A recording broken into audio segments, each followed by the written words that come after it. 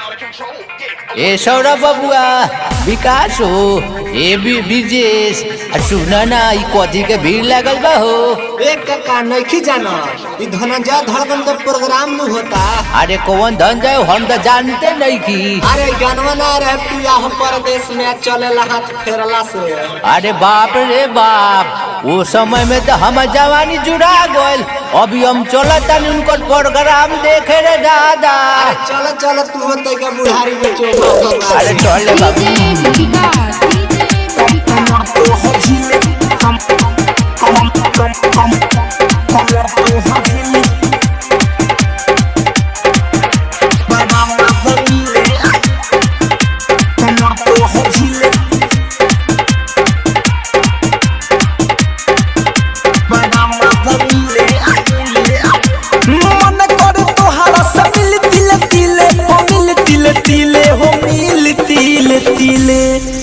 हरे ये बाबूनी जब ए बाबूनी जब काए बाची छुआइबू के मुआइबू ए बाबूनी जब कमर तोहर हिले सबसे कहता नी बड़ी मजा मिले।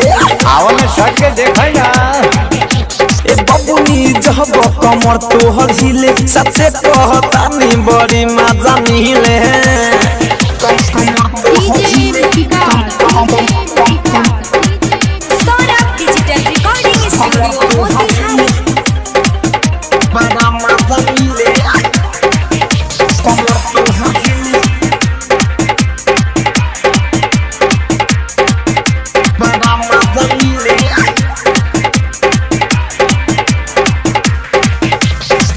हटा के दुपट्टा कहत तोरा नाम में करी चार काठा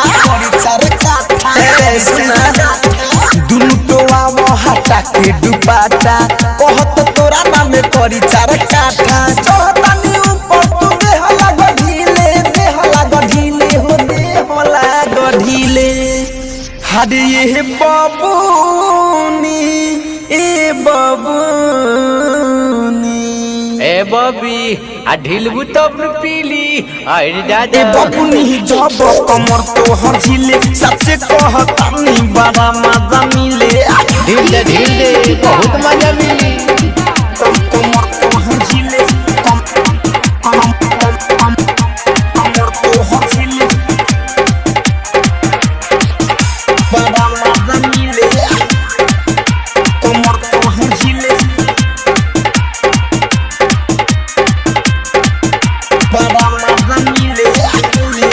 ब्रिजेश बिहारी के गड़ल बाटे नजरी धड़कन धमक जाके सट जा तू पजरी अरे दादा ब्रिजेश बिहारी के गड़ल बाटे नजरी धड़कन धमक जाके सट जा तू पजरी सोलह ही मानसू के कहेलू की दिले